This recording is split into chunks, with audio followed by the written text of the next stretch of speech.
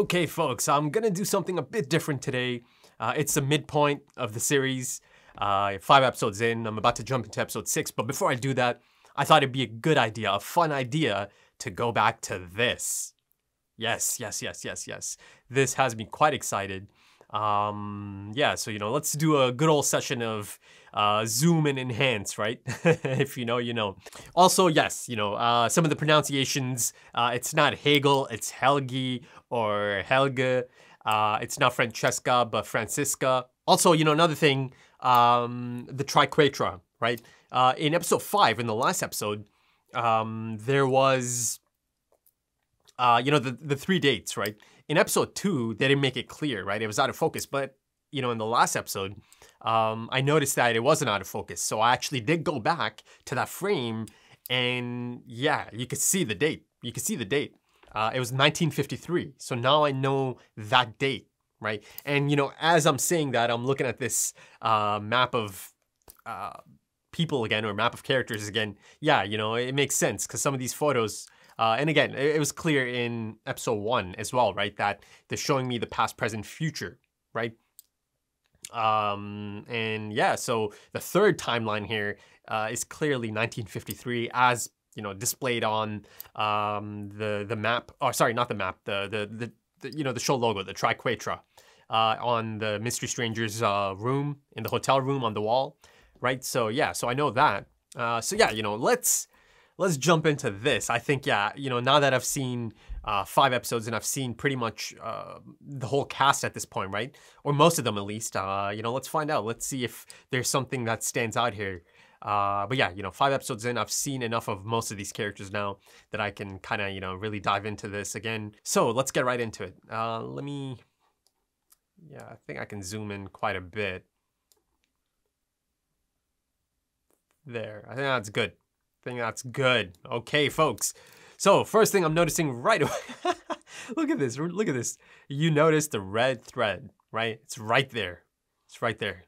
There you have Michael or Mikael, and then you have Mikkel missing, right? The missing poster, and there's a red thread. There it is. I mean, that's kind of unmissable. So that kind of confirms it for us right there, that indeed it was Mikkel, right? Now, if I had seen this again before, episode 2 or episode 3, or if I had seen this right after episode 2, yeah, my theory would have been confirmed like almost instantly, right? So I think it's a good thing I didn't really go back to that early. I gave it about 5 episodes, midpoint of the season to come back to this. So yeah, I mean, it's right there in plain sight, right? But that's one of the things I've noticed about the show. That's one of the things I love about the show. After you've seen a few things, after you've had some, flashbacks or much more information, you can apply that information to stuff that's already given to us, and then it kind of recontextualizes those things, right? So right here, first things first, yeah, Mikkel is Michael or Mikael right here. Yeah, and of course, let's see, main man right here, Jonas, and then, yep, that goes to Hannah. Then of course, young Hannah right there. For this one, let me zoom in. Yeah, it's good to have the 4K screenshot for this. Though, yeah, even this is getting kind of blurry once I get really in it. Yeah, I mean, Stranger's right there too. Of course, no connections. There's no threads attaching him to anyone. But yeah, as of this point, I do think that's him, right? Oh, as I say that, look at this. Look who it is. Right then and there, that is Noah, isn't it? Right? But that cutout is from a newspaper, right? Look at that. Look how old that looks. Huh. Yeah. Interesting. Okay, I'm here. So let's go. Yep. So there's Innes.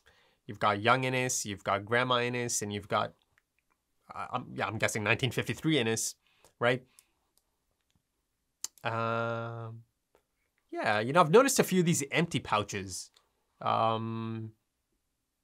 Yeah, oh yeah, see another one. Yeah, you've got Helgi or Helge right here. Peter Doppler, his son, right?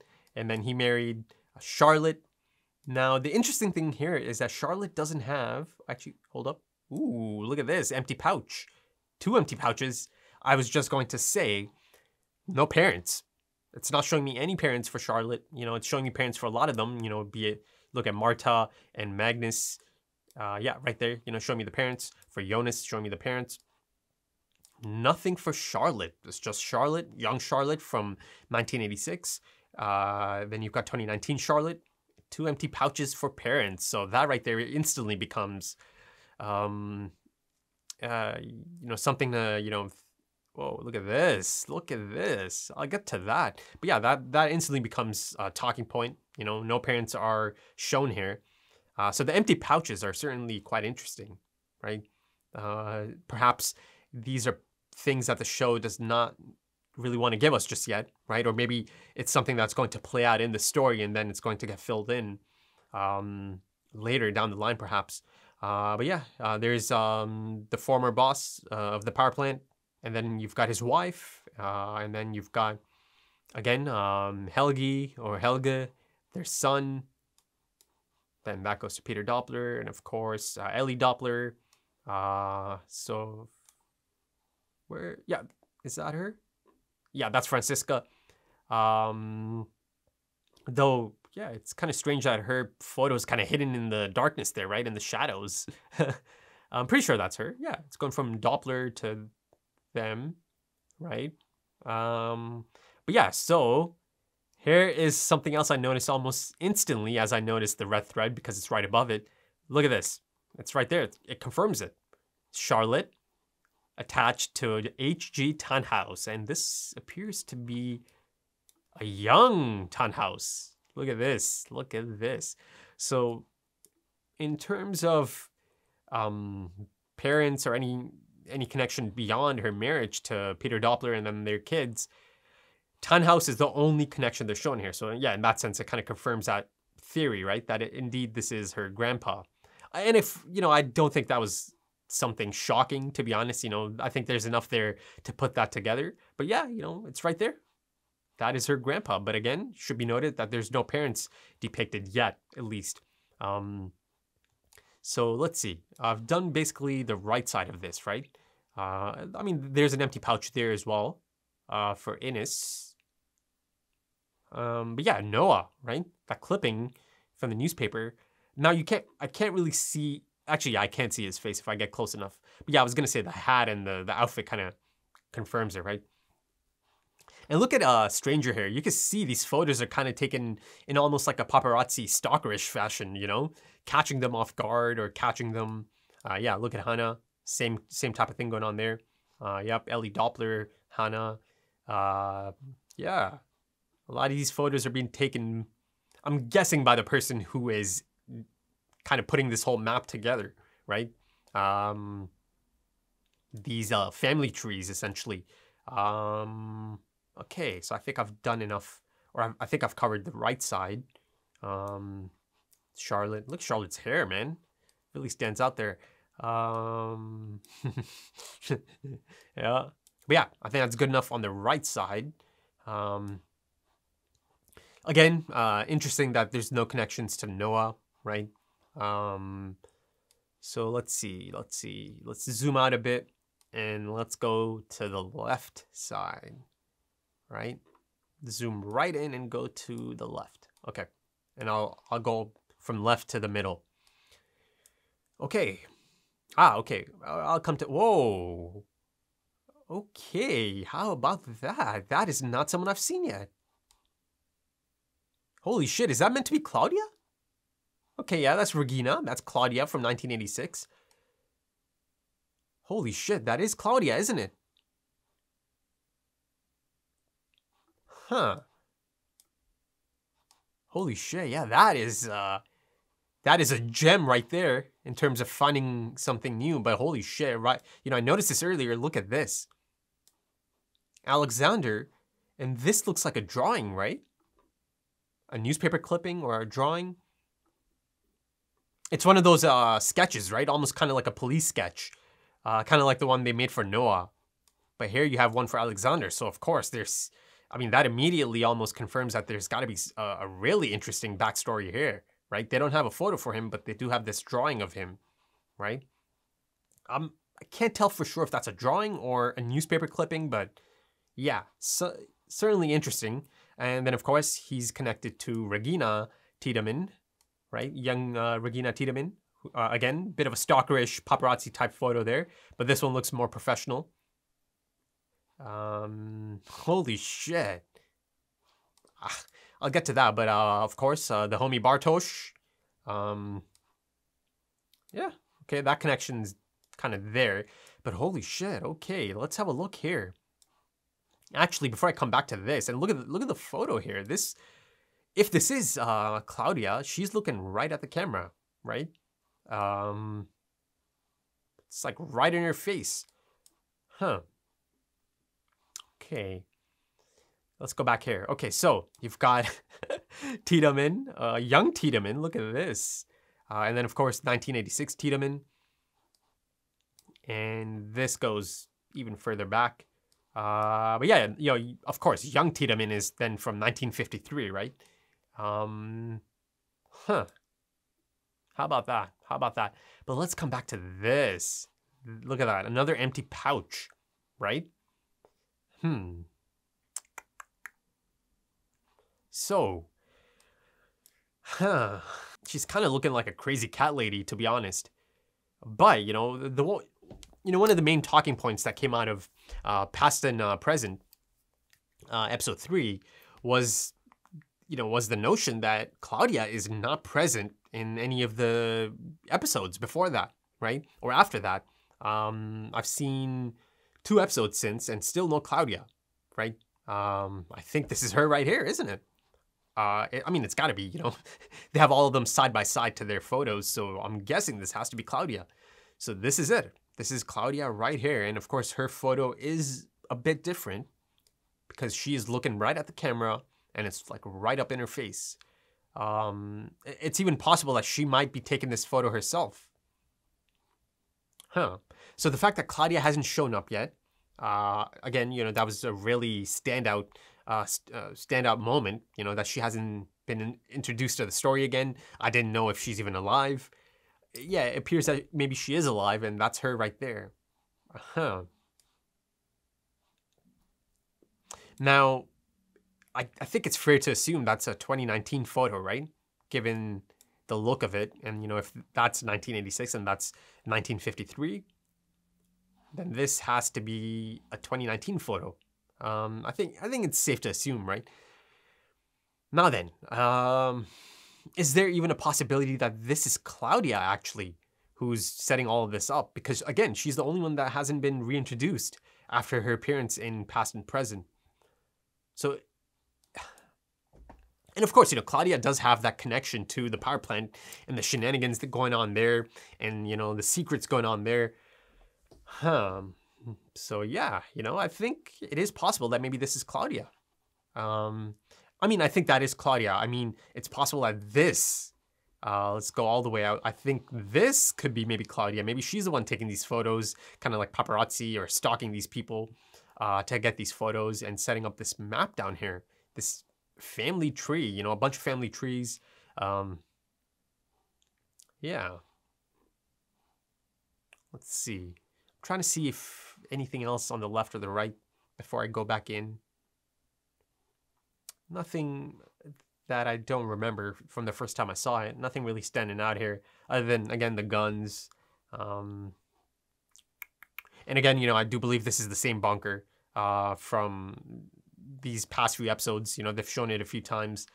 So I think this is certainly that same bunker, but let's go back in. So Crazy Cat Lady might be present timeline Claudia, 2019 Claudia. So that makes it really exciting, right? Because at some point, surely they'll introduce her back into the story, right? Reintroduce her back into the story. But right now, she's not been shown, but she's been shown right there in episode 1. It was there the whole time. Yeah. Okay, let's go up top a bit.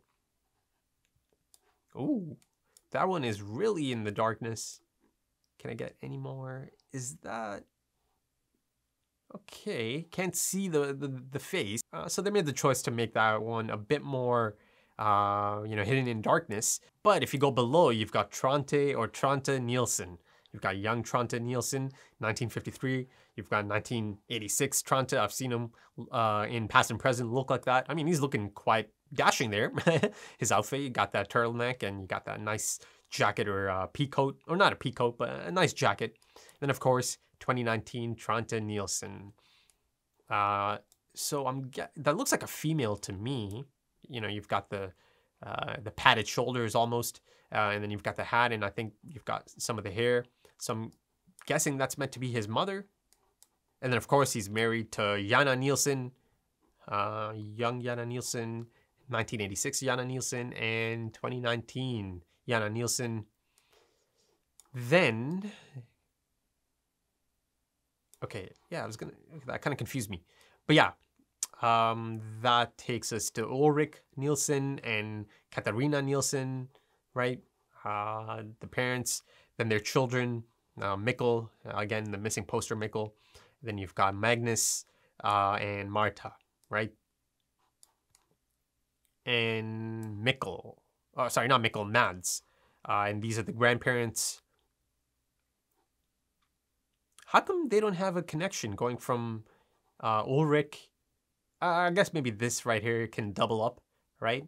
The grandparents, and then maybe this right here is the connection to Ulrich. But yeah, they don't have a direct connection, kind of like this, to Mads. But yeah.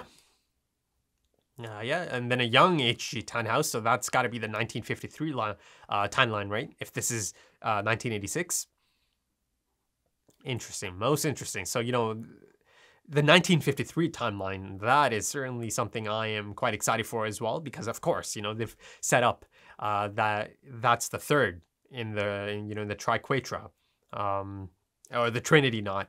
So yeah, they made it clear in the last episode, right? It wasn't out of focus anymore. So yeah, at some point I am going to go to 1953. It'll be interesting to see how they pivot to that timeline, right? If it just happens to be a flashback to that timeline, or if someone actually ends up going to that timeline, and then that's how they kind of take me through the characters in that timeline, right? So really exciting prospect. Then yeah, you've got Jonas, and then you've got, again, someone who I believe to be future Jonas, the stranger. And I think that's about it. That's about it. Yeah. Okay, so that was fun. It gave me some new things. Of course, you've got potential 2019 Claudia Tiedemann here. And the fact that she kind of does look unhinged and kind of like a crazy cat lady kind of fits like a glove, doesn't it? You know, her being in a bunker, setting all of this shit up, right? Yeah, I think that could be her, because she's the only one that hasn't been shown again. And that photo really stands out. You know, the angle of that photo certainly stands out, because everything else kind of feels like a stock photo or photos taken from, from the distance. You know, you see a lot of out of focus branches and things in the photo. So yeah, you know, from a distance, kind of like the paparazzi, kind of stalkerish.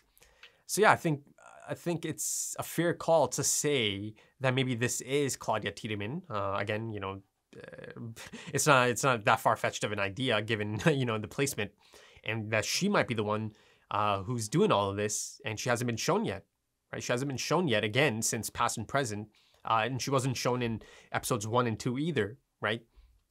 So yeah, Claudia Tiedemann. Certainly want to see her again. But, you know, like I mentioned, you know, I believe that this is the same bunker, right? They've shown that bunker so many times at this point. It's like a reoccurring theme or a location, an important location in this story, in this show. But here's the thing though, right? These photos that are being set up, this is not 2019, because I've seen characters in 2019 go down there, right? Just recently I saw Charlotte go down there. Clearly, you know, they've established at this point that Tronte Nielsen's been down there. You know, I've seen a glimpse of him even in there, kind of, you know, just leaning up against the wall. And that was in the split screen, right, for past and present. That, you know, of course, Peter Doppler knows about this place as well. So yeah, it's not 2019, right? So that in itself is a bit of a hint, right? In terms of the timeline of all of this. So if it's not 2019, it could be 1986 maybe. Could be 1953 for all I know, right? You know, I did mention, remember, I did mention, you know, the grenades and then some of the guns. It is kind of dated, right? This stuff is certainly from a past era, that's for sure. So yeah, you know, maybe this is, yeah, maybe this is 1956 or 1986. But, you know, I also do believe that, you know, that room that is meant to be in 1986, the same bunker might be the same room that has the chair in there, right? The one that's kind of really set up for a young child. You know, you have the wallpaper, the colorful wallpaper. You've got the table and the chair that's quite low to the ground, again, for a child. You've got the bunk beds. So yeah, this is another timeline entirely, isn't it? Something I haven't seen yet. So yeah, let's put a pin in that for sure. Okay, that's enough of this. Let's jump into the episode. I hope you enjoy. That's not cool, man.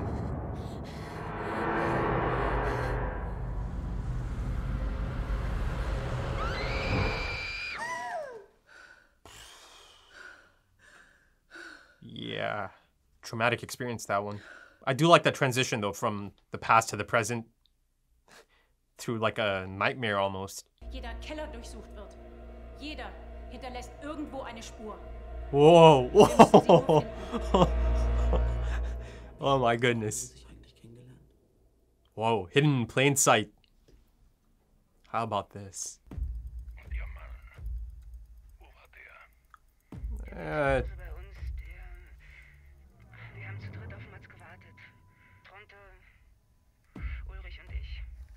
His reaction to that, though, clearly he wasn't. Jeder denkt das Gleiche. Keiner traut es auszusprechen. Mikkel ist tot. Oh. Yeah. And she needed that, for sure. That letter, man, that letter. That letter has traveled quite a bit. Yeah, that's right. Maybe go check that.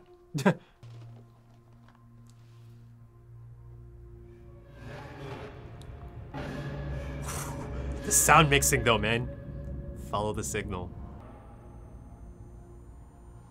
That high-pitched noise again. Wo warst du in der Nacht, als Mats verschwunden ist? Mama hat ausgesagt, du warst zu Hause, aber ich erinnere mich. She was covering up for him. Du warst nicht beim Abendessen. Wo warst du vor 5 Tagen? Give me chills. Als Mikkel verschwunden ist. war hier. Ah, she lied again for him, because he wasn't here. This behavior has been continuing for a long time.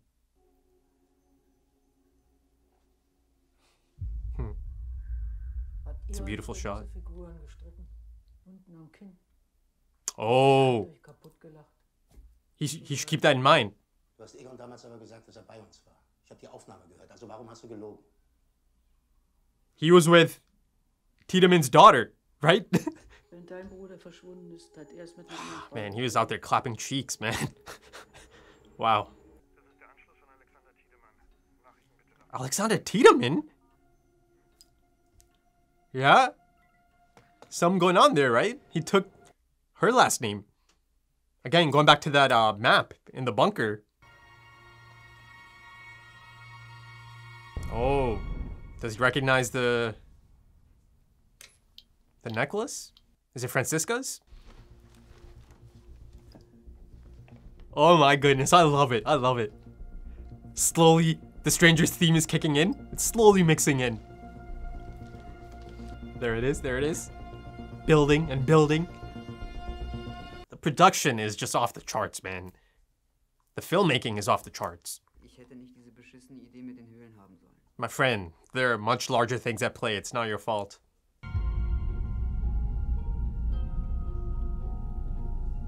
There he is. Speak of Jonas. Oh, what a shot. Oh my god. That theme kicking in slowly again. Oh boy. She gonna call that up? Oh no, no, no, no, no, no. Hallo? Ah.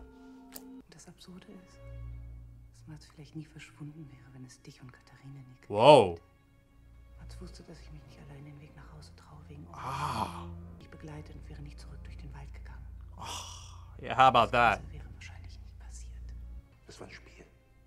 Wir waren Kinder, wir haben alle Fehler. I don't know about that, Ulrich. Entschuldigung dafür gehört. Darum geht's dir, eine Entschuldigung, ja? Du hast deinem versoffenen, nichtsnutzigen Opa erzählt, ich hätte Oh. verteidigt. Das habt ihr geglaubt? Yeah, Hannah hat dich gesehen damals. of course she saw her back then. Auf der Wache. Oh my goodness. Ich bin nicht halb so ein schlechter Mensch. Ulrich, apologize, man. Come on. His ego didn't allow it. He should have apologized. Good for you, Regina. Wir leben Tür an Tür mit Menschen, von denen Ja. wir keine Ahnung haben, wer sie wirklich sind. There it is. Einer dieser Türen, in denen wir sonntags zum Kuchenessen eingeladen haben, der mit unseren Kindern spielt. Whoa, there it is. Ich habe keine Lust mehr wegzusehen. Und ihr solltet das auch nicht.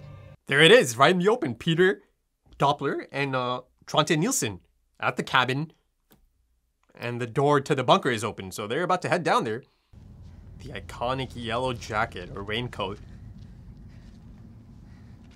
You know, I love how he's really close to the power plant. It kind of almost doubles as like a hazmat suit, right? Well, not doubles, but kind of reminds you of one. Ariadne's thread. How about that? Leading him out of the cave. The labyrinth. Oh! Du warst das Sixte. Take it easy, dude. Du hast mich wegen Vergewaltigung angezeigt. Schmiegst dich an wie Honig, aber da ist nur Gift. A hidden nature. Man überhaupt so lange mit dir ausgehalten hat. Kein Wunder, dass er am Ende nicht mehr konnte. Oh, wow. Wow, he really ate that. That looked like a real slap. Maybe you crossed the line there. Wie man sich doch täuschen kann in den Menschen. Yeah.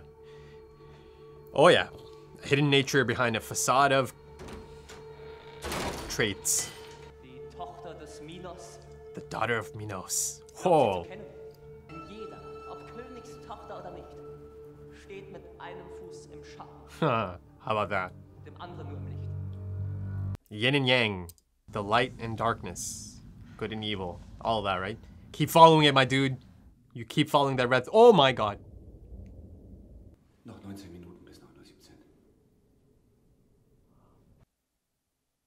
Holy shit. Jonas is in the caves. Meaning, are they just ready? Just sitting down there for something to go down now? I kind of, I quite like this guy, Alexander. Das weißt du. He has this gentle nature about him.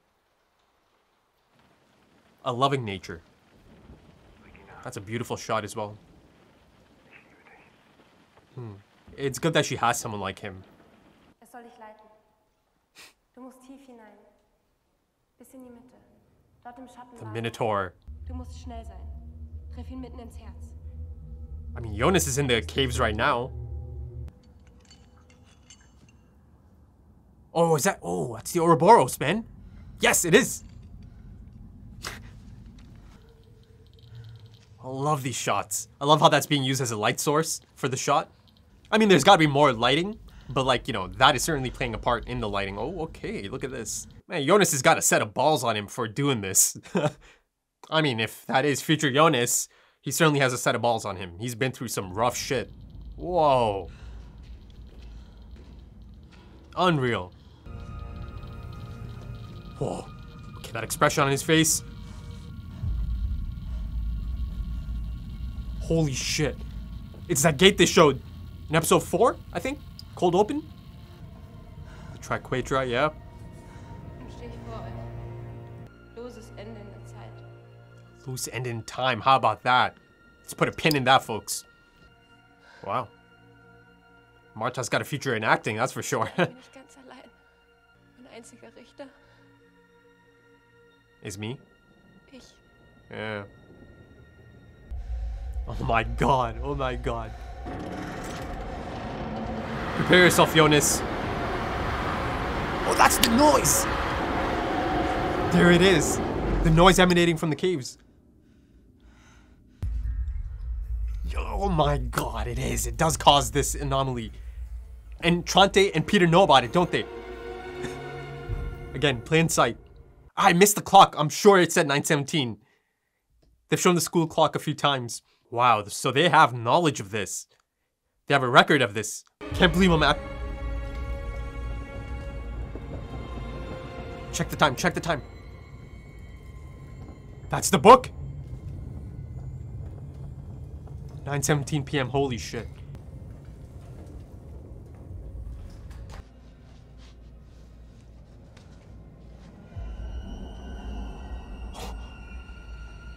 So there's 3, right?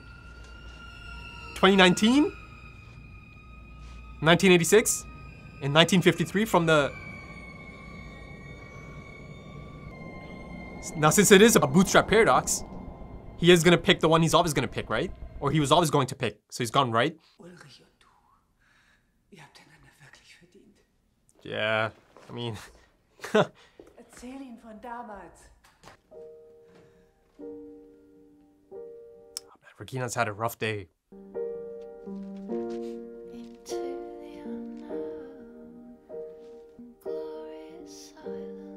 Oh. That's the yellow sweater.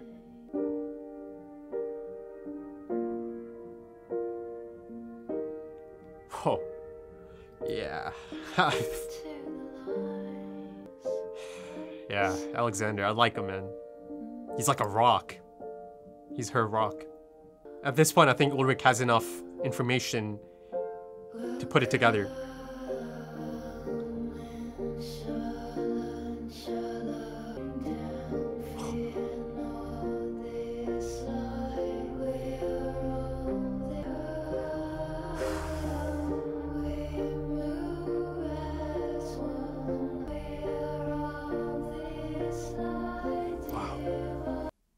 Yeah, Ulrich and Katharina were...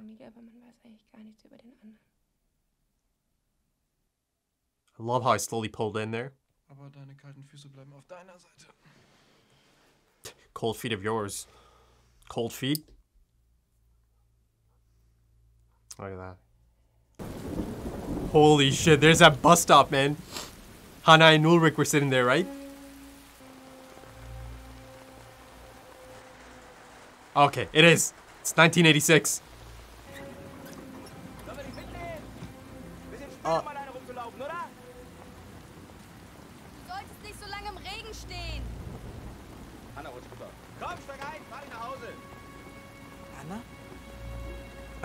Yeah.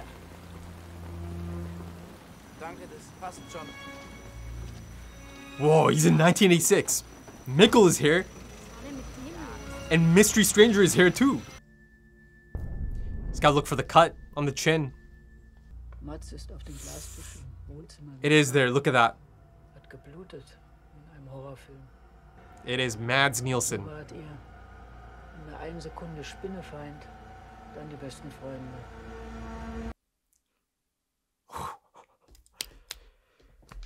See, now that opens up so many things. The fact that he has now clocked that is Mads, his brother, but his body looks like that. 33 years later, somehow it looks like that. Okay, folks, episode 6. You know, before I go any further, the montage of this episode, just phenomenal. Phenomenal. It brought me to tears, right? You know, the song selection, that is the perfect song selection. It really is for that scene. And yeah, again, you know, like I mentioned, it got me quite emotional. And, you know, again, a few things played into that. You know, seeing Ulrich kind of go through the family photos, you see that he legitimately had a connection with his younger brother, Mads. You know, perhaps that was the one person he connected with most, right? You know, and for that reason, it's so sad that, you know, Mikkel also goes missing. Sad from Ulrich's perspective, because again, you know, Ulrich kind of almost reminds him of Mads. You know, remember I mentioned in episode 1 that it's clear that he has a special connection with his youngest, Mikkel. So yeah, you know, I really got that feeling really early on. So listen, you know, Ulrich might not be the nicest person. I mean, you know, in that sense, this show, the characters of this show are just, yeah, just fantastically written characters. I mean, through these characters, the intricacies of human nature is on display. It's on display. And, you know, this has such a fantastic cast of characters and a fantastic cast of actors playing those characters, you know, bringing them to life and making them believable, right? And authentic. They feel authentic. You know, everyone has their own struggle. Everyone has their own problems. Everyone has their own faults. Certainly, everyone has their own faults. Again, you know, this kind of goes back to episode 1, doesn't it? You know, anytime an episode ends, it just reminds me of the setup in episode 1. Yeah, it really is a phenomenal pilot episode, isn't it?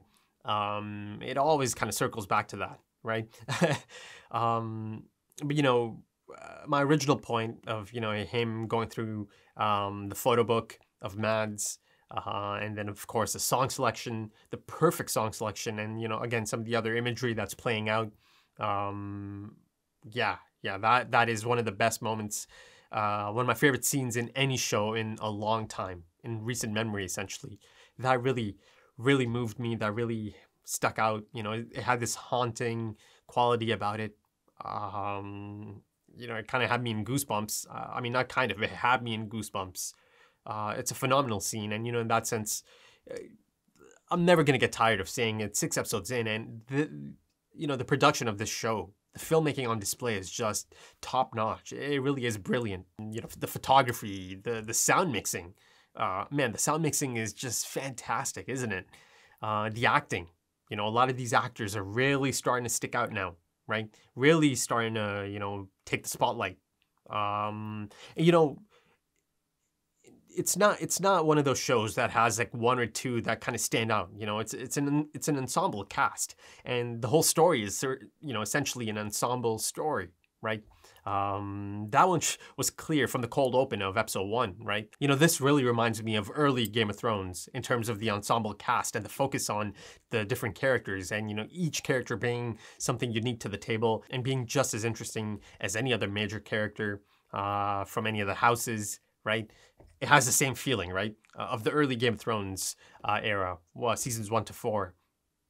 You know, I'm interested in so many of these characters. I like so many of these characters. There's a lot of nuance to these characters. You know, again, the human nature and the intricacies of human nature are certainly kind of on display through these characters, right? You know, even characters like Hannah. Yes, you know, she is really just, yeah. Like, you know, like Ulrich mentioned, she's poison. She really is. But, you know, that doesn't mean that I'm not interested in her as a character, right? She is a unique character. And that was one of the things that this episode kind of focused on, right? The true nature of someone, or the hidden nature of someone, especially someone that you know or you've known your entire life, people that you see every day, but you barely know them or you don't know them at all. You know, once the doors close, you have no idea what goes on behind those closed doors. And yeah, it's spot on. You know, again, that, you know, that radio call-in scene, Katharina, yeah, she's on the dot about a lot of those things. Yes, you know, again, she has no idea, or most of these people have no clue about the whole time traveling thing going on, and these kids, you know, kind of getting displaced in time, kidnapped, you know, for one portion of it being kidnapped and displaced in time. But yeah, you know, she's spot on about some of the other things she's saying. And, you know, it applies to herself. It certainly applies to herself as well. And you see Regina, who's listening in at the reception at her hotel, you know, she's got that little smile on her face, a smirk on her face, you know, because she knows Katharina's true nature. She's experienced it. And yeah, you know, Katharina's, again, you know, you could argue that, you know, as a younger person, as a young adult, you know, maybe you're a different person than you are now as a grown-up, right? Yes, there's that angle. But of course, as a young adult in high school, you know, I don't think you can kind of just say, oh yeah, you're a totally different person as a kid, as a young person, and you completely change, right? That was in their nature, you know, Ulrich and Katharina. And, you know, the crazy thing is, you know, they were bullying Regina. And of course, that was the cold open of this episode. Again, a unique cold open in comparison to some of the really intricate and detailed and jam-packed cold opens I've seen so far. But, you know, this one focused just on Regina. So certainly a switch up there. So, you know, it was clear that it is going to be a focus on Regina in this episode and her traumatic experiences and how she deals with them even to this day. You know, she's going through a tough time, Regina. And, you know, you see that she does have a few outbursts because of that, because of the day she's having. And, you know, kind of the same was going on for Katharina. She was not having the best of times. She's having a rough day herself, and they kind of clashed right at the end there. Though it was more so just Katharina and just, you know, smacking her around at the end there. But yeah, you know, going back to my original point, it appears that they were bullying Regina long before any of this rape accusation stuff that came up. You know, again, the big revelation being that Ulrich and Katharina thought that it was Regina who, you know, goes to the cops or goes to Egon Tiedemann. So I got a first name for Egon, or sorry, I got a first name for Tiedemann. It's Egon. Yeah, so they were just bullying her, right? And, you know, Ulrich kind of in the hotel room confrontation, he kind of plays it off as, oh, it was just fun and games. Yeah, again, you know, I don't know about that. And that's the really shitty part here, right? That they were doing this, they were bullying her before any of the accusations, right? They thought that you know, it must have been Regina. So imagine after they you know, had that thought, or after Hannah told Ulrich, oh yeah, she saw Regina. Imagine how they treated Regina after that, right? Not that it's okay to treat her, you know, like that, or bully her, or, you know, strap her to the tree at night in that forest, in that cave, in front of the cave. But, you know, they were doing it before that. So, you know, I'm trying to say, you know, maybe if they were doing that after, you know, they thought they had a reason to bully her. But, you know, no, this was going on before that. So again, you know, it might have gone up a notch once they did think that it was Regina who goes to Tiedemann, her grandfather, right? So yeah, you know, let's see if there's any more of that down the line. If they show me any more 1986 timeline shenanigans, you know, Ulrich, Regina, and Katharina. But yeah, you know, Ulrich, you know, he had a chance to apologize, but he didn't. He didn't apologize. But you know, I like that moment. I really like that moment in the hotel room or at reception. Regina standing up for herself, and you see it's this cathartic moment for her. This emotional release for her to stand up to Ulrich, to get all of this out, and to kind of get this over him after all these years, right? So I love that moment. I love that moment for Regina. You know, I certainly like the focus on Regina in this episode and how she kind of stood up for herself in that moment. And then, of course, you know, in addition to Regina, you've got Alexander Tiedemann, right? So he took Regina's last name. You know, and going back to the beginning, before the reaction, that map in the bunker, yeah, you know, his drawing, his past photo, yeah, you know, just that in itself. And then over here that he doesn't have a last name, so he took, or he must have had a last name or something's going on there. But, you know, for some reason he decided to take Regina's last name, right? Tiedemann. So again, you know, an interesting backstory there for sure. So I'm really looking out for that at some point, or I'm hoping for that at some point. You know, Alexander's backstory, and you know, in one of the standout moments of the episode, the you know, one of the final scenes of the episode, in Magnus's room, right, as Marta comes in to lay beside him, you know, it's a beautiful shot above the bed as it slowly pans in, right? Love that setup, love that framing, and just love the setup of that scene, right? And you know, they both kind of, or at least Marta kind of bounces off these ideas, right? You know, she brought up the point that they don't really know the people they love, right? In this case, their parents. And, you know, this was kind of brought on about, or after she kind of sees her mother, Katharina, just go at Regina, right? Really lay it down at the school. And then, of course, Regina's retorts about, you know, oh yeah, you and Ulrich truly deserve each other. And in that sense, yeah, they do. They really do. But going back to that bed scene, yeah, you know, Marta's really lost in her thoughts, thinking about her parents or their parents, right? And just other people in general, right? People that you're close to and love, about their, you know, hidden nature. And, you know, speaking of Marta, you know, I think this episode really established Marta as someone quite interesting in this story. Or, you know, maybe in the future of this story. I think her stage play, her, you know, play at school, I mean, first of all, you know, that scene in itself is just fantastic. And again, some really great acting on display during that scene through the actor that is playing Marta. But yeah, you know, again, even the production design of that play is quite eye-catchy, isn't it? You know, to me, it kind of looked like it's meant to be the forest, right? And then, you know, she's kind of in front of the open door, and to me that kind of represents the opening of the cave, essentially.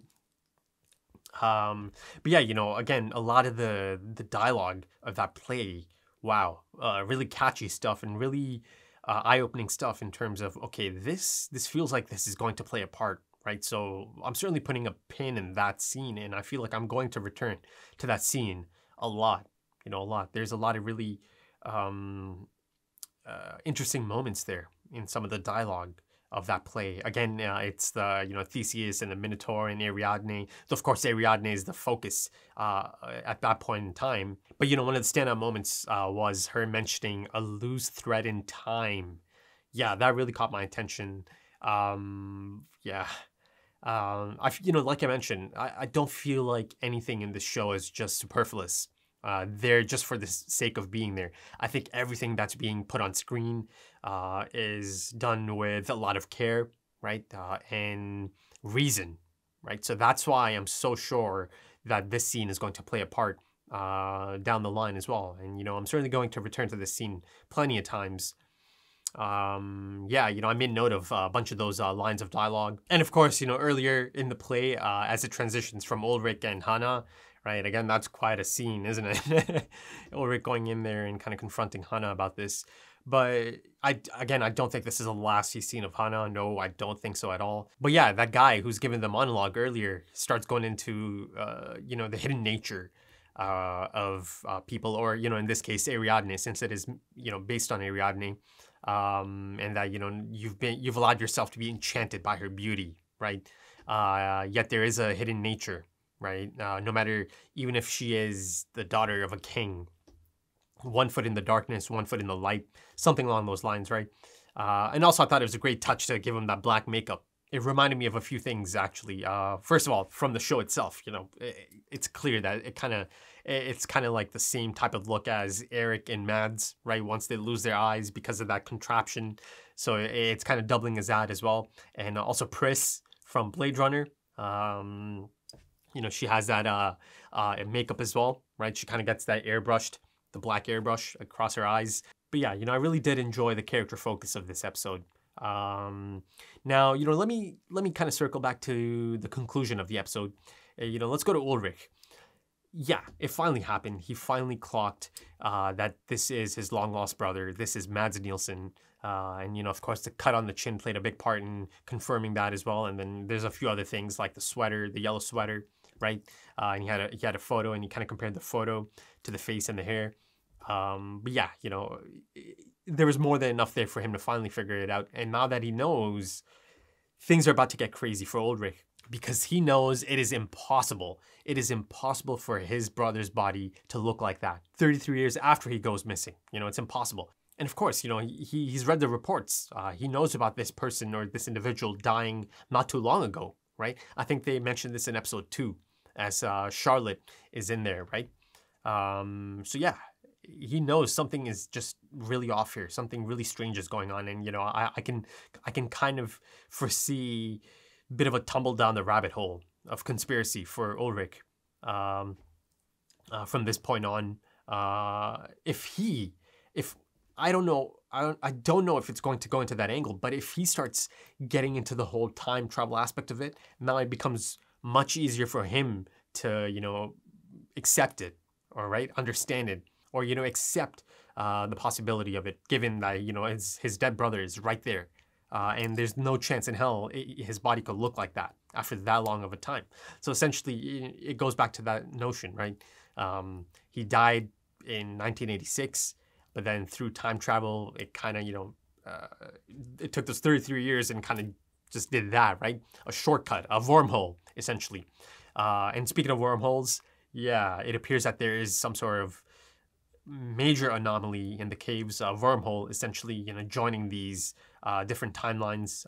3 of them, as I mentioned before the reaction, you know, 1986, 1953, and 2019. So yeah, you know, let's see how it plays out for Ulrich.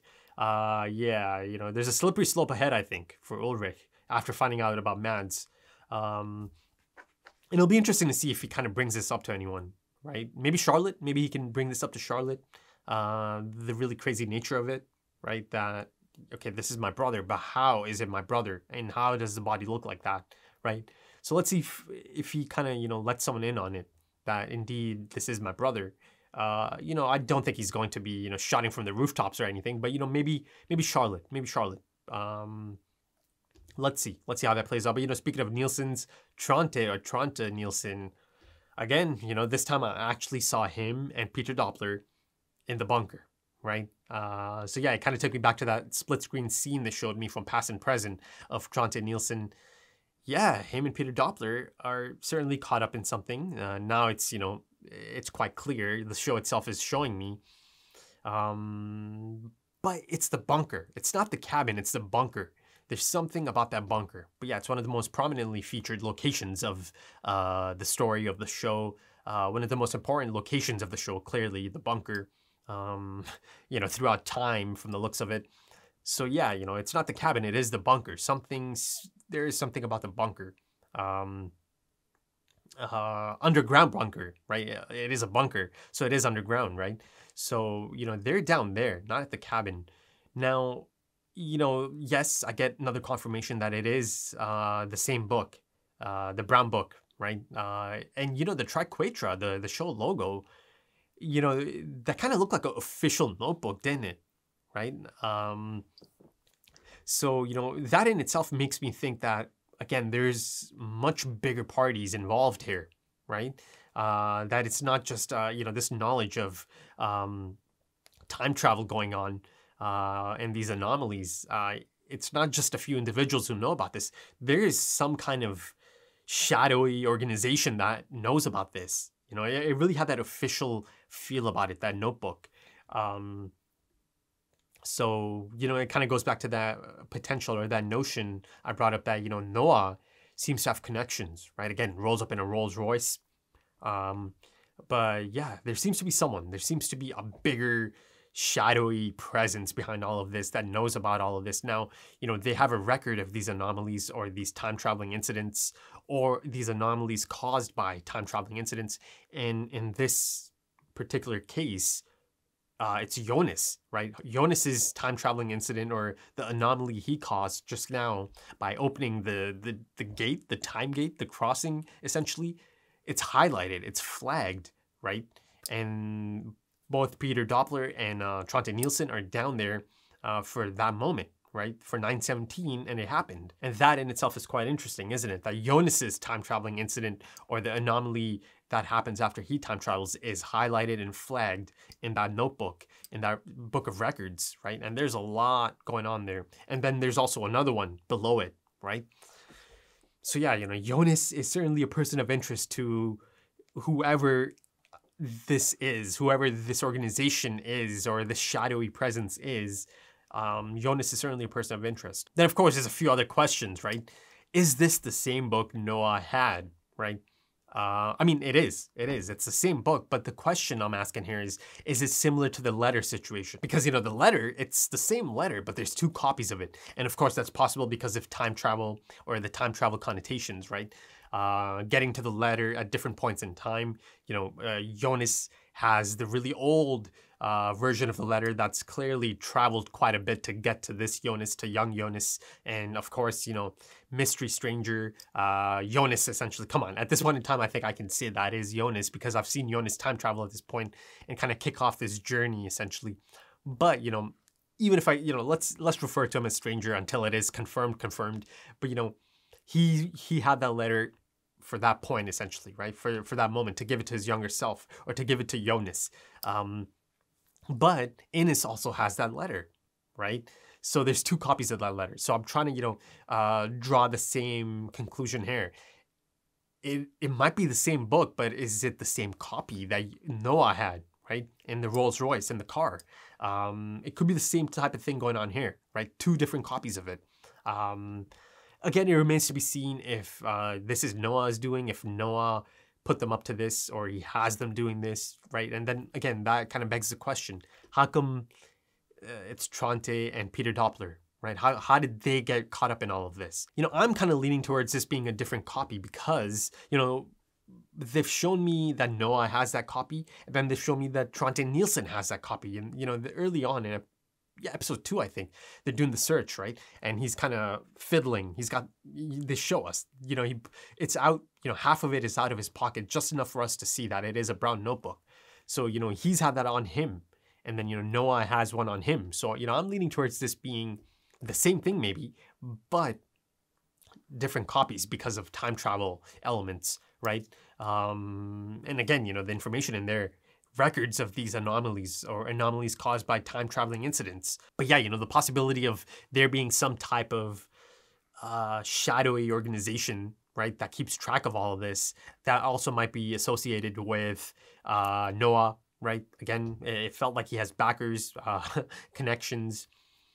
So yeah, let's see if that, if that comes into play sooner rather than later. I'm quite excited about this new possibility. But yeah, the feeling I was getting really early on, like in episode 1, remember I called him the hooded figure, this keeper of time. That's the feeling I'm starting to get from this angle now. If there is some kind of organization, the keepers of time, that they have a record of all of these incidents. But going back to Trante Nielsen and Peter Doppler, they're not just down there to keep a track of this, and report back to someone, okay, yes, 9/17, as expected, the anomaly took place, 9/17, and is that it? They're done? Surely they're down there for something. They've been given instructions to be down there, clearly. They're caught up in something. But yeah, it'll be interesting to see the end game of this, the reasoning for this, right? Who gave them the book, right? If it's Noah or if it's someone else entirely, if they're even connected at all, right? I don't even know yet if Noah is connected to them or if a hooded figure is connected to them. But yeah, the one thing I do know is that Trante Nielsen knows about Mads, right? He knows about his dead son's body because he clearly helped in moving it to that position at the end of episode 1, right? Again, that was one of the things I talked about, I think, in the last episode or the episode before. Yes, right? Trante Nielsen knew about this. Peter Doppler knew about this. That's what, that's the crazy part, right? That they caught up in this. And again, the fucked up aspect of this is that Trante Nielsen has seen his missing child's dead body, essentially. So, they got caught up in this somehow, right? Clearly, someone who knows about time travel or knows about the things that are going on here has kind of put them in this situation, right? Roped them in, or I don't know. I don't have enough information yet on that angle, but yeah, he moved his own son's body out there, unless it was Peter Doppler who did it, and maybe Trante couldn't do it, but still, he knows about the body. I know that much. Because the body was there, right? They confirmed the red soil and all that. And then, of course, the red soil on Trante's sweater. And then the red soil in Peter Doppler's car. So the one thing I can kind of infer from all of this is that, yeah, of course, the body was there at some point. And I mentioned this in the discussion for the last episode as well, I think. Or the episode before that, episode 4.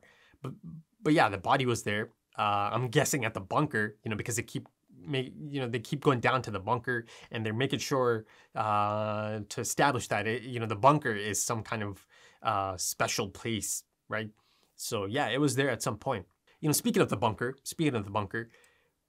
yeah, I've stated a few times now, I do think that bunker is the same bunker from the 1986 timeline, the really strange setup, again, kind of set up for a young child, and it has that chair contraption that kind of burns out their eyes, Eric and Mads. Yeah, I've kind of held the opinion that that is meant to be the same bunker, and that is the chair right there. I was going to bring this up a bit later, but, I might as well bring it up now, because I was going to use it as one of the time traveling methods, right? I was going to go into how many different time traveling methods there might be. Yeah, there's more than one. I think that much is established at this point. Now, before I kind of circle back to this bunker light bulb that is just kind of going off right now in my mind, let me quickly get to, or not quickly, let me just get into Jonas, right? And his time traveling incident. Of course, one of the biggest moments of the story, and the build up to that was just edge of your seat stuff, man. Really was so exciting and so nerve-wracking. It really was to see him go through that, right? But he's done it. He came out the other side, and of course, it was part of that incredible montage. The really It's so beautiful, man. It really is one of my favorite parts of the show so far, that montage. And it's one of the best scenes I've seen in anything in a long time. But yeah, he came out the other side in 1986, right? And he's already seen his grandpa and his mom. More on that later. But, let's get into the different methods of time traveling, because there is more than one. To me, it's becoming clear that there is more than one. Jonas kind of made use of this literal time gate, right? So he actually goes through the crossing that was mentioned on the map. And of course, stranger or older Jonas helped him do it.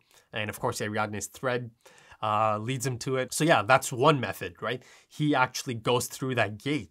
And of course, that really strange noise that emanates from the caves, the whoosh noise that happens every time. Yeah, it's because these doors are opening, these gates, essentially. And of course, it's got the triquetra on it, right? And it's got Latin on it, Sic Mundus. Now, there wasn't a translation for it that popped up in the subtitles.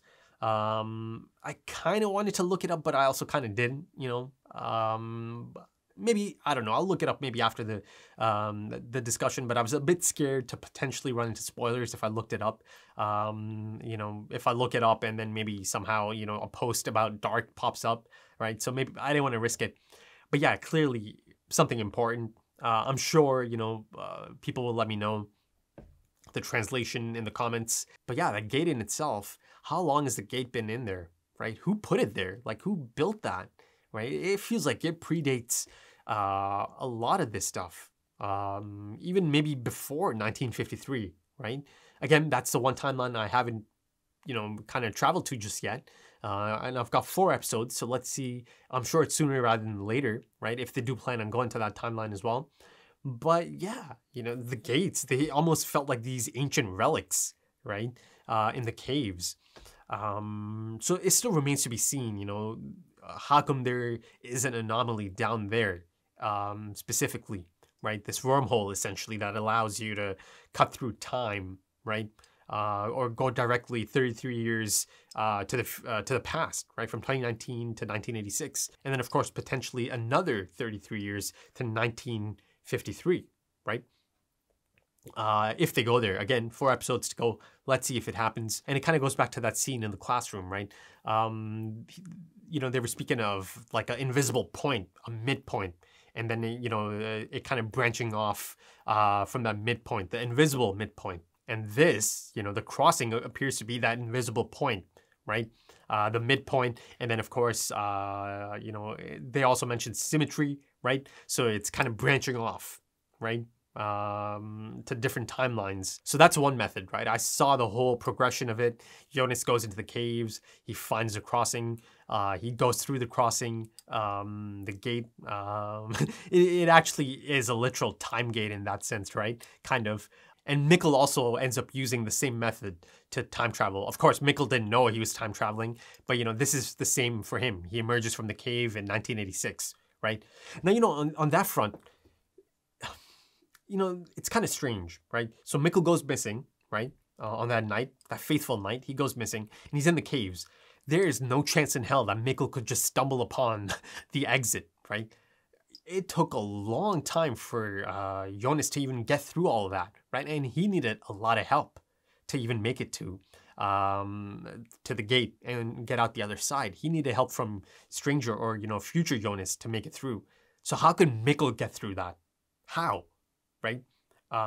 Jonas made the same journey. He came out the other end in 1986. But Mikkel also made it through. And it kind of goes back to that point I made in one of my discussions. Look at Mikkel's time traveling incident and look at Eric and Mads. It's not the same, right? Because earlier on, it was kind of starting to feel like, okay, Mikkel is being taken by the same individuals that are taking Eric and Mads, right? But no, it was something else. Clearly, it was something else. So I think it's becoming clear that indeed, Mikkel had to be guided. Of course, he had to be guided to, make it through. Because Mikkel had to go to 1986. So someone was guiding him through all of that, through the maze, through the labyrinth, through the cave, right? So who was it, right? That's the other question. Who was it?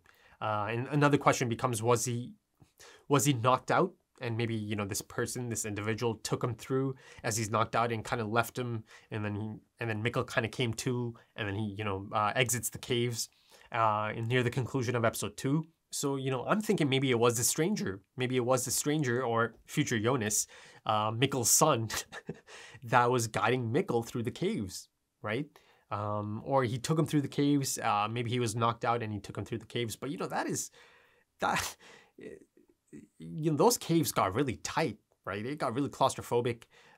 So, yeah, I don't know, man. I don't know. That's a talking point for sure. Let's put a pin in that. But yeah, I'm thinking maybe it was stranger, future Jonas, potentially, that took Mikkel through or guided him through to the other side as well. But again, Mikkel is not just going to come along silently, is he? Right? If he thinks he's being kidnapped or taken. So that's the disconnect here. That's why I keep thinking maybe he was knocked out. Potentially becomes one of the most exciting prospects of the show at this point. If they, kind of go back to that scene at some point, right? Showing us Mikkel going into the caves, right? Or being guided to the caves and being sent through the caves or guided through the caves out to 1986, right? And then again, remains to be seen if he was knocked out for this trip through the caves, right? Through the labyrinth. But yeah, I think as of this one, I think it was Mystery Stranger. I think it was future Jonas, essentially, who kind of knew it needs to happen, right? And he kind of guided him through. So let's see. In that sense, could it even be a younger Jonas before he looks like that? Right? Before he looks like older Jonas or, the stranger. Then, then it kind of becomes easier to accept the notion of someone guiding him through if it is a familiar face, right?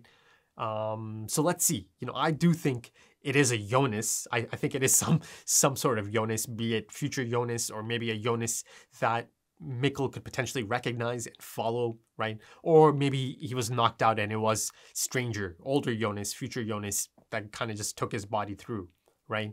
I don't know. That just became really exciting. And, I spoke of younger Jonas, this Jonas, and I'll get into the connotations of him showing up in 1986 in a bit. But, let me finish this point I'm trying to make here about the different methods of time traveling that are established or basically kind of, put out there for us in these first 6 episodes. The other one being, again, stranger or future Jonas. He's got the contraption. So for him, clearly that contraption plays a part in time traveling, right? Though, of course, he knows all about the gates and he guided his younger self potentially through those gates. But I think his contraption surely it plays a part. He's not just carrying it for no reason, right? And, Tannhaus made that contraption. He constructed that contraption. So I think his method certainly requires or makes use of this contraption as well, right? Though it needs to be done through the caves. That's a given. I think that's a given.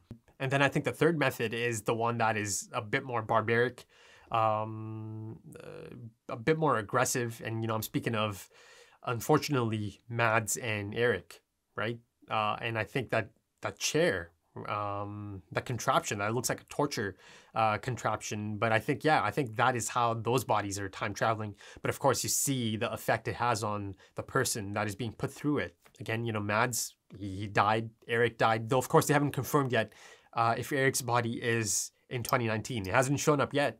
It hasn't shown up in 2019, so I don't think it's in that timeline. So that leaves 1986 or 1953. And, before they even potentially show me that, I haven't even seen 1953 yet. So let's see, right? But yeah, that's a more barbaric form of time travel. Again, it feels kind of like it's early stages of it. Even the contraption, the chair contraption feels a bit medieval in that sense, doesn't it? Now I could come back. I could circle all the way back to my other point and, link these two, right? I was speaking of the bunker and Tronte Nielsen and Peter Doppler being in that bunker, right? Now I circle all the way back. If that is the same bunker, and they are down there, they're specifically down in the bunker. They go to the cabin, but they go down to the bunker specifically. Is that the exact same spot that those bodies show up in, right? Now, there's no contraption in the 2019 timeline. This showed me a clear shot of it. Charlotte's down there, and Peter Doppler and Tronte Nielsen are down there in this episode. But is that potentially the location the bodies show up in 2019? Is that how Mads showed up in that timeline, in that bunker? Now, let me take you through my thought or the progression of this. So say in that room in 1986, that chair contraption is how they time travel, and that is how Mads ends up in 2019, and then Eric ends up in, I don't know, 1986 timeline, or maybe, I mean, it's not 1986. It would have to be 2019, but he hasn't shown up yet. They haven't shown that body yet. Or 1953, or some other time period that I don't even know about yet. Let's see. I don't know if these are the only 3 timelines, right, that they are going to go into. Who knows? Who knows, right? There's a lot of possibilities, but as of this point, you know, they've made it clear that the 3 timelines are the main aspect of this. But yeah, you know, say that is an early concept of time traveling, but it's still really in its early stages, and they're not really able to control it. It's not really a controlled time traveling incident, right? More so just like a barbaric one, and it has quite an effect on the individual that is kind of being put through it, right? You see the eyes that get scorched, you see their eardrums are burst. You know, that was one of the main things that came out of the autopsy on Mads. So yeah, you know, is that the reason they're in the bunker? Does the body show up there, right? Because it is there in 1986 in that bunker, in that, you know, in that chair contraption that also kind of is or might be early time traveling contraption. So yeah, that's kind of my take on that, you know, that angle, you know, kind of connecting 2019's bunker, Trond Nielsen and Peter Doppler to the 1986 bunker, perhaps, you know, is that how Mads' body showed up in 2019, right? In that bunker, because they seem to be down there a lot, right? They've established that there is something about that bunker. So yeah, you know, that, I guess that's my, you know, take from that. You know, maybe that's the reason they're down in the bunker, because that's the location the body showed up in, right? But again, there's nothing down there, right? There's no contraption down there. So I don't know, but you know, that's the link I was trying to make earlier. Now let's get to Jonas, right? I've been excited about this. Our boy has kicked off his time traveling escapades. He has shown up in 1986. He made it to 1986. He goes through the crossing. Now, you know, this could be the beginning of a really tough journey ahead of him, right? Given that Stranger has been through a really tough time, a rough time. He's kind of been through a hellish experience from the looks of it, from the state of the scars on his body, right? So yeah, early days for Jonas. So yeah, this could be the beginning of that journey. Let's see. But as of this point, he's in 1986. He sees his mother, right? And his grandpa, though I'm not sure how big of a role grandpa's gonna play in this. I don't know. Let's see. But yeah, he's seen Hannah. So he knows he's in 1986. And of course, he's seen, you know, the missing posters of Mads and Nielsen. And I'm sure in the next episode or the episode after that, they're going to show me Jonas kind of, you know, tumbling through this timeline, right? Really confused. But, you know, the point I made earlier, you know, Mikkel is there, of course, his father is there, and Stranger is there. Future Jonas is there too, because remember there's that cliffhanger, right? Him showing up in Tannhaus's shop. I would like to talk about time, right? So he's there. Was he there for this as well, right? He wanted to go meet Tannhaus, but he also knew that his younger self is going to show up in this timeline soon enough. Maybe. Right, so again, that kind of brings up this really exciting prospect of him potentially running into Mikkel. And of course, Mikkel would recognize Jonas instantly, wouldn't he? So that is one thing that is possible here. But you know, here's the thing though. If you look at Jonas, again, he's just in the beginning of his time-traveling escapades. If I'm Jonas at this point, I'm thinking of bringing Mikkel back. Right? Surely, you know, he doesn't understand the whole bootstrap paradox nature of this. He doesn't understand the whole notion of it. This is just early stages. Future Jonas, Stranger certainly understands all of that, right? Everything is connected, right? In this endless loop, in this bootstrap paradox, essentially, you know, the future affects the past and the past affects the future. But this Jonas, our present timeline Jonas, he is just beginning this, right? It's going to take some time for him to accept any of these things. So yeah, if he was to come across Mikkel, surely he is going to try and convince Mikkel to come back, right? I mean, I don't think he would have to convince him much, but I think he would try to attempt to bring Mikkel back, right? Yeah. But here's the thing though. I know Mikkel doesn't come back, right? It's a bootstrap paradox. I just know he doesn't come back. Everything is set in stone. And again, if Mikkel was to come back, Jonas doesn't exist. So of course, Mikkel does not come back, right? Mikkel stays there. He grows up there. He marries Hannah and he has Jonas. Then of course, it kind of takes me into episode 1 and he hangs himself, right? All that happens. So Mikkel doesn't come back. I know that much, right? So in that sense, knowing that this is a bootstrap paradox, it really, eliminates a lot of, what if situations, doesn't it? Because you can immediately apply that to this, right? So I know even if Jonas was to attempt to bring Mikkel back, it doesn't happen, right? And then it starts kind of getting into that whole predestination paradox angle I brought up, characters not accepting the nature of this, that it's all predetermined, that they have no say in this, they have no free choice in this, and that they do try to change things. But by trying to change things, they end up playing a part in making that thing happen in the first place, right? So could some of that actually end up happening here, right? Maybe he does come across Mikkel and he does try to bring him back, but, something happens and Mikkel does still end up staying there, right? Let's see. Well, again, it should be noted that stranger future Jonas is also here. So maybe he is going to keep an eye out on his younger self, right? As he was in the forest as Jonas gave it the first shot, right? He had that smirk, he kind of had that smile on his face after he looks at his watch, right? Kind of reminiscing about those days, early days of time travel for him. So he is in 1986. He is in that timeline, right? Oh, but just the thought of Mikkel seeing Jonas, oh my God, it gives you goosebumps. It gives you goosebumps. Though I can't get ahead of myself, I'm not even sure if he is going to end up seeing Mikkel, because that certainly changes things quite a bit, doesn't it? So yeah, let's see. But that prospect is quite exciting. Him seeing Mikkel again, right? Or those two meeting again. Oh my goodness. But I love that scene of Jonas, Jonas's trek through the cave, through the labyrinth, through the maze, right? Taking him from 2019 to 1986. Also, that's the other question, right? Is Jonas even able to get back? I think maybe Jonas is able to get back, given that he is equipped and he has directions on the map.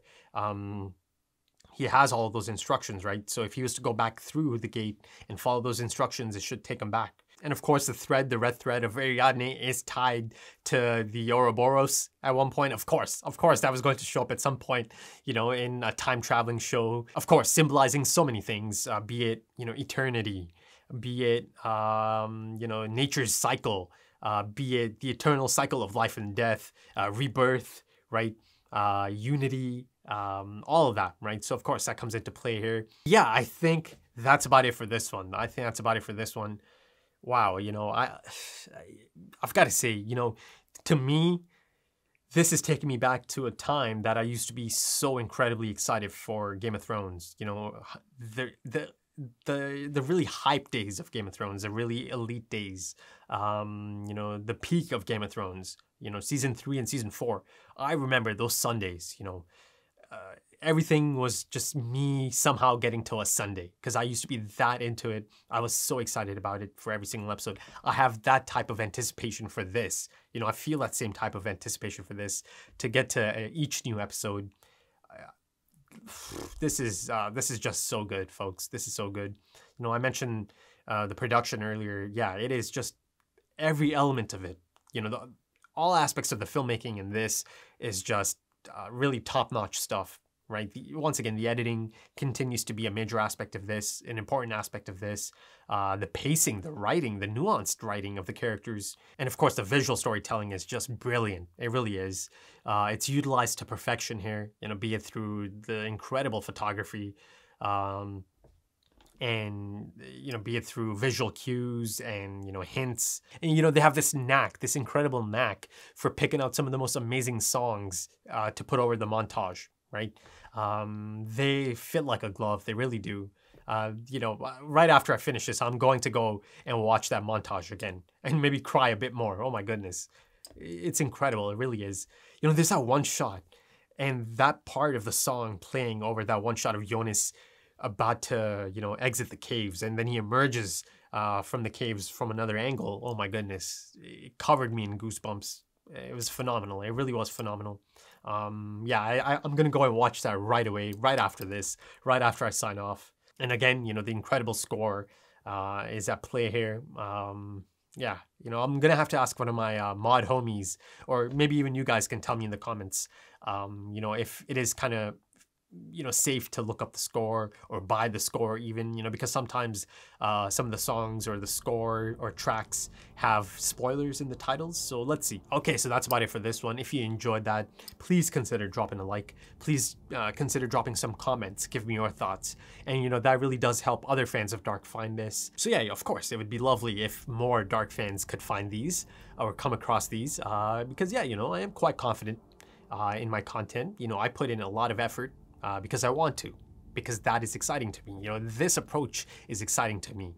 Taking a deep dive, having it be this comprehensive analysis or review. If you're interested in full length for this episode, or maybe even early access to the next episode right now, consider checking out the Patreon page. The link is in the description, in the pinned comment. Also, there's a link to my Twitter page if you're into that. Okay, so that's about it for this episode of Dark, Season 1, Episode 6. Thank you for joining me, and thank you for your time, and I hope to see you again soon for the next one. Until then, take it easy.